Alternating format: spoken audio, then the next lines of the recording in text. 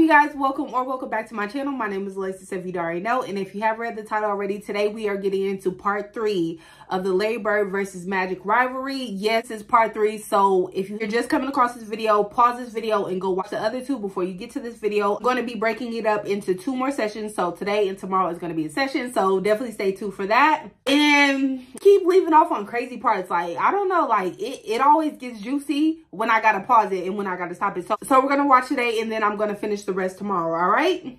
Period. Anyways, you guys, before we get into this video, be sure to subscribe to my channel, give this video a thumbs up, and leave a comment by the end of it if you want to. So now let's go ahead and get into the video. I didn't tell nobody it bothered me, but it did.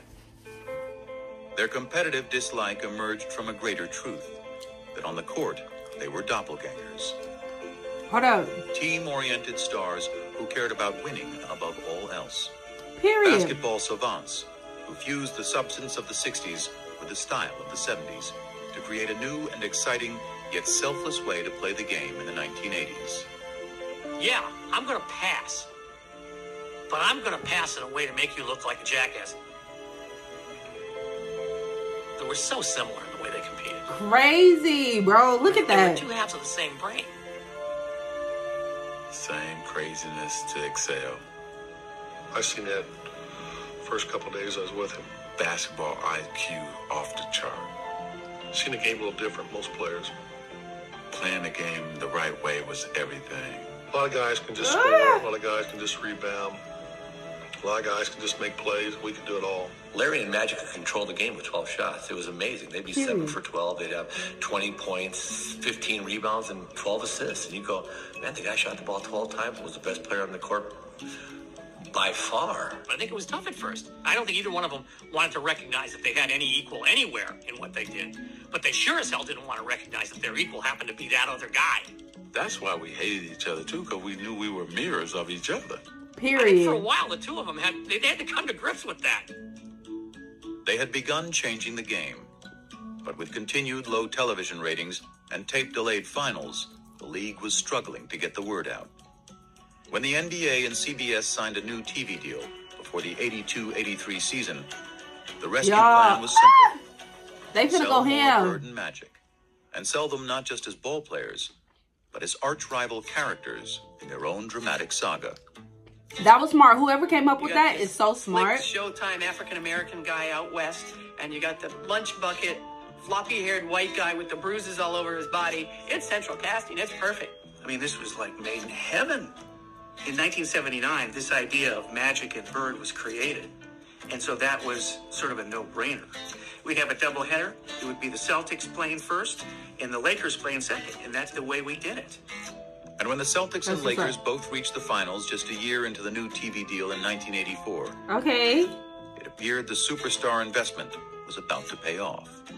It was huge. It was probably the biggest moment the NBA had up to that point. You had Boston and LA, East against West. It had all the elements of a classic showdown. Including what was becoming the most inescapable element of all.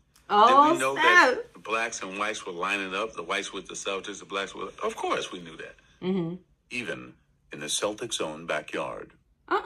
They land at Logan Airport at the 84 finals. He's getting accosted by various people who are telling him Larry's going to take him down.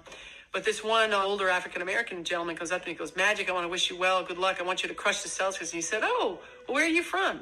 He said, well, I'm from Boston. And he said, you're from Boston and you're rooting for the Lakers? I thought everybody here was crazy about the Celtics. And he looked right at me and said, now, why would I root for those white boys? Boston, after all, was a town still scarred by the ugly busing crisis of the mid-70s. Not still scarred. I wouldn't say that. A violent period of urban unrest, during which white had been pitted against black. The resulting taint on the city nationally, coupled with a Boston roster littered with white players, affirmed to many black Americans that the Celtics were not the team for them. Even today, people said, you played with the Celtics. You know, I hated you at that time. You know, I wanted Magic to win. I didn't want that damn Larry Bird to win. We had all these black players, but they looked at us because we had Larry Bird leading us as a team that was white. They were perfect archetypes for what was becoming the biggest story in sports. Yeah. But for the real-life players... Y'all want some strawberry and bananas? I'm sorry, I'm rude. It's finally going to happen. We get to go head-to-head again It's just a matter of rolling that ball out there and let's get it on. Welcome then to the Boston Garden. Let me know in the comments who finna win. World Championship Series. I'm Brent Musburger. In each of the last 4 NBA World Championship Series, either Magic or Bird has competed. This is intense. Oh my gosh, I love this.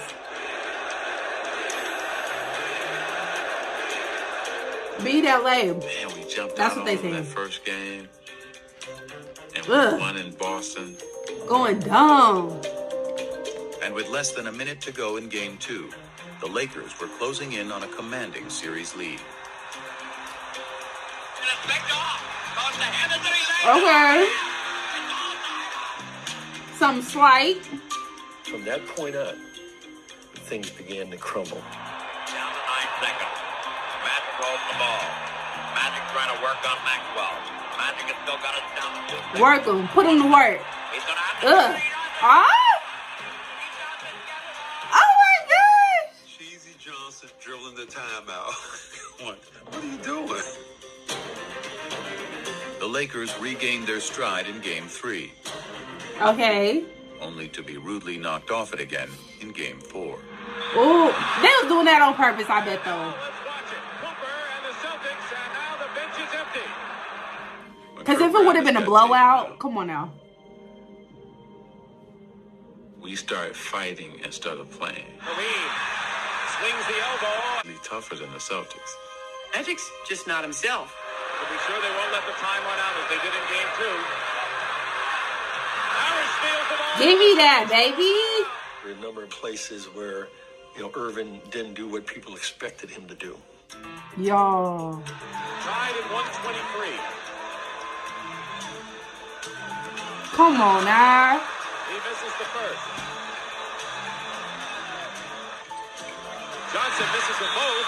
Celtics want We a timeout. need those. Responded, We need those. Magic Johnson goes to the bench. I feel like this was low-key a setup, y'all. What y'all think?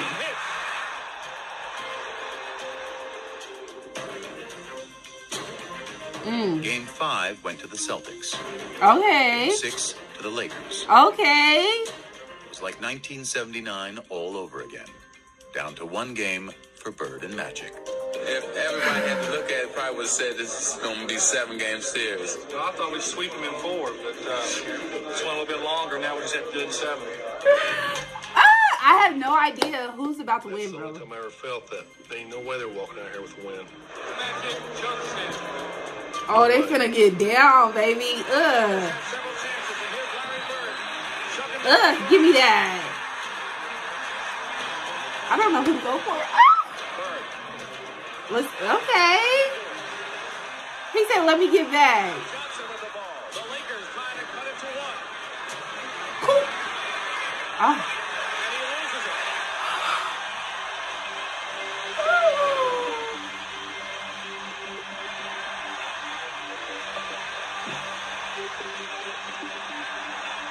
Oh my God. The Boston Celtics are the NBA World Champions. Okay. Larry B in his word. I ain't mad at him. I pride myself in being the guy who's going to win it for us and deliver. It's under okay, pressure. baby. And it didn't happen. I hope he was hurt. Hope it killed him. He made some bad plays down the stretch, and nobody in there was happier than me. Not only winning the game makes you feel good, but just knowing the other guy's suffering, and you know he was. I remember after the game that both he and I were in the showers crying and stayed in there for about 35, 40 minutes. It was hard because not only had we lost to the Boston Celtics, he had lost to his nemesis, Larry Bird. I think he just made me dislike him more, because he was that good. And I think you be jealous. You jealous a little bit. Larry, does this get you even with Magic for what happened between Michigan State and Indiana State all those many years ago? Yeah, we're professionals now, but I won this one for Terre Haute. Well, it was a big deal. I remember asking Quinn Buckner about it afterwards. They had a celebration in downtown Boston after they won the championship. And, it was unusual for Larry to have these little outbursts, as Quinn would call them. But, about 11:30 at night, finally he turned to Quinn. He goes, I got him. I finally got him. And he was talking about Magic. Ooh. The league was rejoicing too. Game 7 of That's the what's 84 up. series was I love that for him. CBS's highest-rated telecasts of the year, and the highest-rated game the NBA had ever produced. All of a Wow. sudden, whether it was at CBS or Madison Avenue, the sports writers around the country became phenomenal. What is happening here? The absolute foundation in this resurgence was the Celtics and the Lakers, Larry Bird and Magic Johnson. But Magic was in no mood to bask in the accomplishment. At Took all. a media beating. Tragic Magic. This is why we say Larry Bird is better. It's probably the first time ever in my life I was depressed. And I didn't want people to see me. It was something I never dealt with in my life. That particular series, that championship Please series, don't say he turned to redefined drugs. his Oh, whole God. career That because he would... never stopped Oh, my looking after gosh. that. Magic was on a mission to prove to himself and the world that with the ball in his hands, he was still the one in control. Period. And I hope after they his come back Lakers and ran win. through the 85 season, he quickly got what he wanted. Another shot at Bird and the Celtics. Okay. They won the East, we won the West. So it's like everybody just get ready, sit back, and let's enjoy it. Period. But that smile belied the intensity of the clash that awaited. If I had a glass of water and any of those guys had been on fire, I would have drank the water and watched them. They called us, chokers and sissies. We didn't like that, and they thought less of us. I knew they did. In 85, we played them 4 times in exhibition season for some reason. I don't know why they scheduled that. Ah, that's 14 years, crazy. an all-out brawl.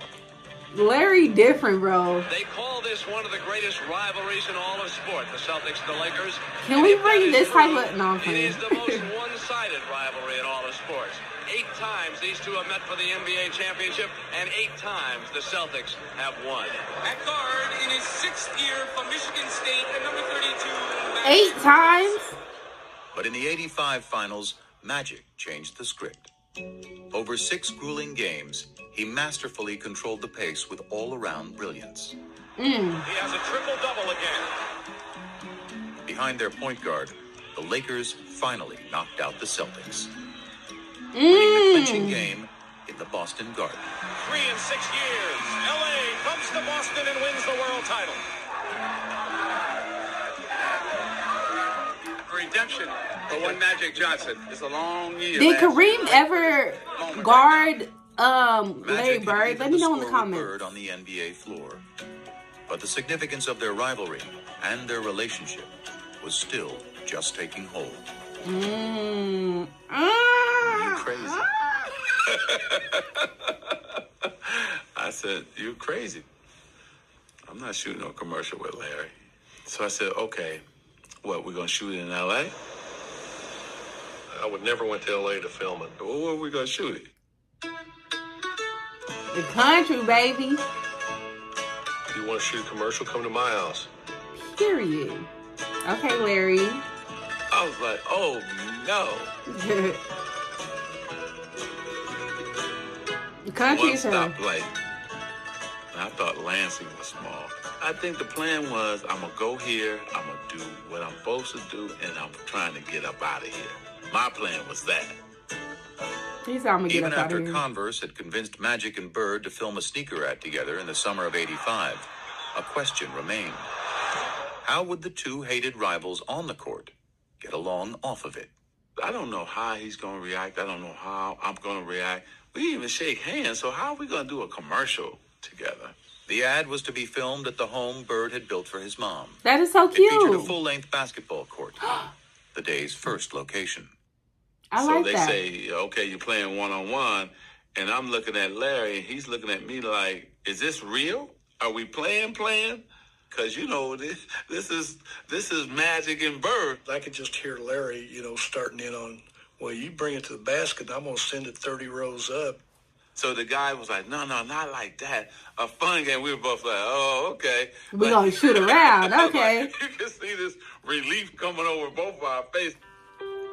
That brief détente led to the next stage, dialogue.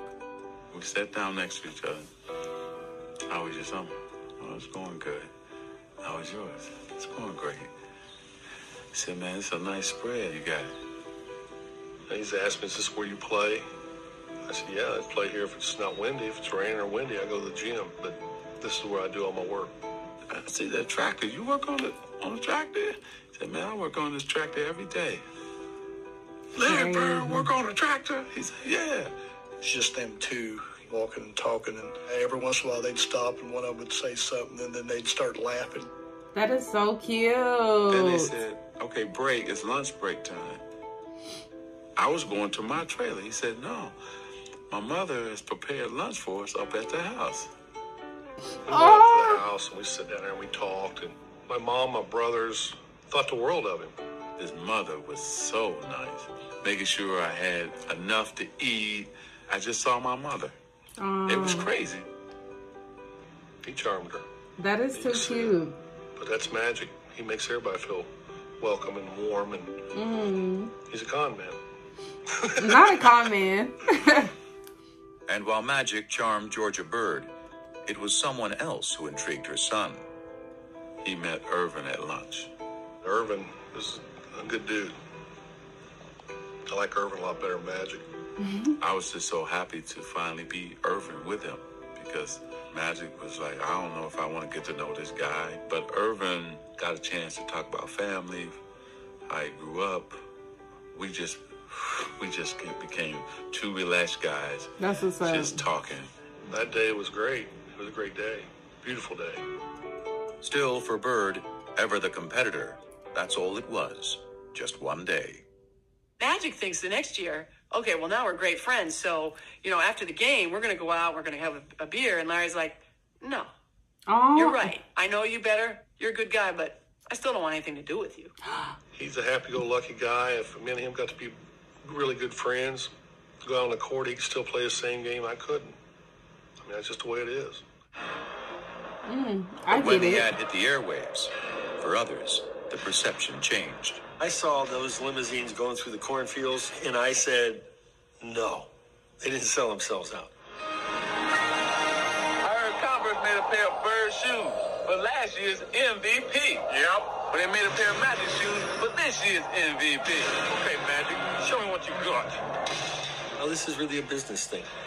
The Bird shoe, the Magic shoe. And maybe that's where the business thing started to get bigger and began to trump who they both really were. It polarized the whole idea of lunch bucket versus Hollywood, white versus black. I would choose the Converse. Just cemented all the differences between them. Kids weren't wearing black gym shoes because they didn't want to be associated with the Larry Bird camp. You wore your white Converse. Period. The basketball rivals had morphed into cultural warriors, and race, more than ever, had become an unavoidable part of the conversation. Yo! But nothing about Bird and Magic had ever been as simple as black and white. One of the big reasons this rivalry became so emblematic of so many things is because it was an easy dichotomy for people to understand. But it's crazy to simplify it as saying white people like Bird and black people like Magic because 13% of the country is black. But it wasn't like 87% of basketball fans preferred the Celtics. Who's your favorite basketball player? Magic Johnson. Who's your favorite movie star? Eddie Murphy. Tina, all you ever talk about is nigga this and nigga that. And all your favorite people are so-called niggas. It's different. Magic, Eddie, Prince. Oh, I love him as an actor. He's so cute. You're not black. Let me explain myself. Has the N-word ever been used by a white person to describe Irvin? I doubt it. But as Magic That's enjoyed crazy. his image as a crossover star, it was Bird, the one-time great white hope, who had further emerged as the polarizing racial figure, due in part to that era's increasingly conservative political climate. The rolling back institutionally of the achievements of the civil rights movement were going on apace from about 1975 on. But the triumph of the movement that rolled back took place in the 1980s. And I think there was people who were very aware in the black community of what was going on. Wow. And I think there was a lot of sublimated frustration. And I think one of the ways it got sublimated was into basketball. And I think Larry, through no fault of his own, was the receptacle within which the lingering resentments somehow floated. Wow. And after Bird led the Celtics to the championship in 1986, his third in the pros, winning his third straight MVP award in the process, the resentment grew. I always felt that the press was biased in favor of Larry Bird. It always felt to me like they were going to make Larry the hero. You know, you'd see somebody score, and Larry would be in a cast in a suit on the bench, and they'd say, Larry Bird made that possible a couple weeks ago when he told that guy he could do it, and he just did it. They gonna get his motherfucker the assistant. He not in the game? Not to be racist, but we have a white guy who's the best in the world. It's predominantly a black sport now. And you got not to be racist, but who can't run, who can't jump, but can do everything out there. That don't mean nothing to me. It don't mean anything to me. It never has. Shout out to Larry Bird. We love you. I mean, am I doing something wrong here? Bird may have sought to avoid the conversation entirely, but the more he won, the less he could escape it. Now there's a steal by Bird. Underneath the DJ, lays it in. What a play by Bird. In 1987, after Boston beat the Detroit Pistons to advance to the finals for the fourth straight year, Pistons rookie Dennis Rodman called Bird overrated because he was white. Ooh. His teammate Isaiah Thomas then chimed in with some thoughts of his own.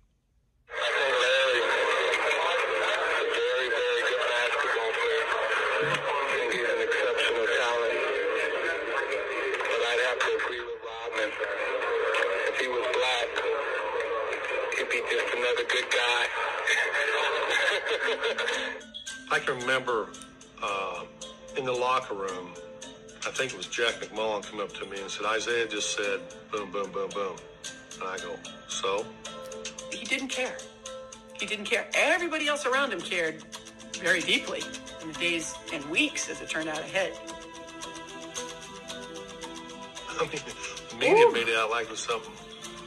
But it didn't matter to me what Isaiah or Dennis Rodman said. And it still don't.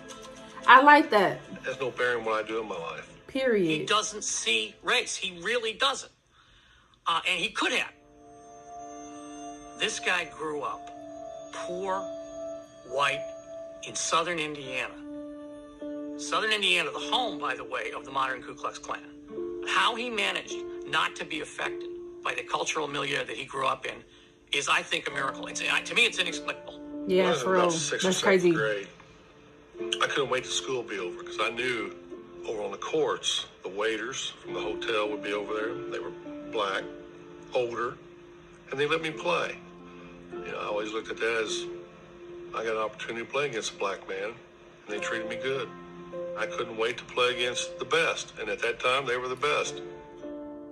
And in 1987, as Bird vied with Magic to be the best, the flap over Isaiah Thomas's racially fueled remarks forced Bird to address his least favorite topic at the worst possible time. I had to go to a press conference when I was in L.A. trying to get ready to play the Lakers and tell people I didn't care. This don't bother me. The main thing is if the statements or whatever was said doesn't bother me, I don't think it should bother any of us. From playing all year, trying to get back to the finals and play against Magic, this was a distraction. Bird was facing off against Magic for the third time in 4 years. And if their relationship had softened, the determination to beat each other had not. Ooh. As Game 4 proved, the level of competition between them was higher than ever. Bird played awesome down the stretch of that game. Trailing 2-1 in the series, the Celtics were down by 1 point in the final minute of the game. But Larry Bird wouldn't be easily vanquished. Open his aim. Kill it.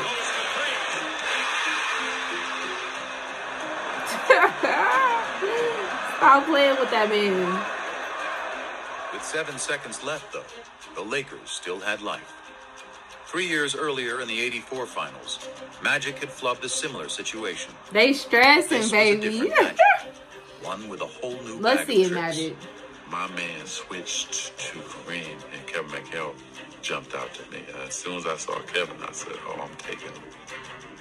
You know, Magic puts it on the floor, a couple head and shoulder fakes.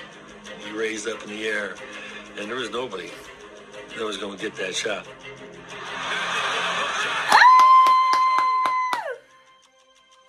That's too clean, boy. And Kareem was finna get that rebound and put it back up either way. There's still a shot here. Celtics may still win this game. Well, they set up a great play. Larry Bird. Oh man, he's gonna go force the denial all the way up. Lock him down. You can't let him touch that ball. Clear everybody out. Go to the ball and break the corner. He caught it here, and as he caught it, all this man too nice. And just turn, and he just let this thing go. Off balance. Got a wide open look. Couldn't believe it. And I'm standing right there. It is straight as an arrow. Dead on. Did he make it? Oh. The Lakers have won. They were lucky because it was right on line. He looked at me like, oh. How did you ever leave me that wide open? You gotta be kidding me.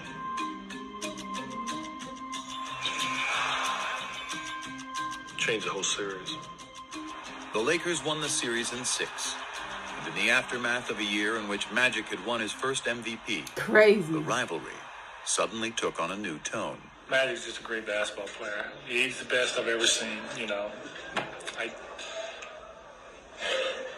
Unbelievable. I don't know what to say.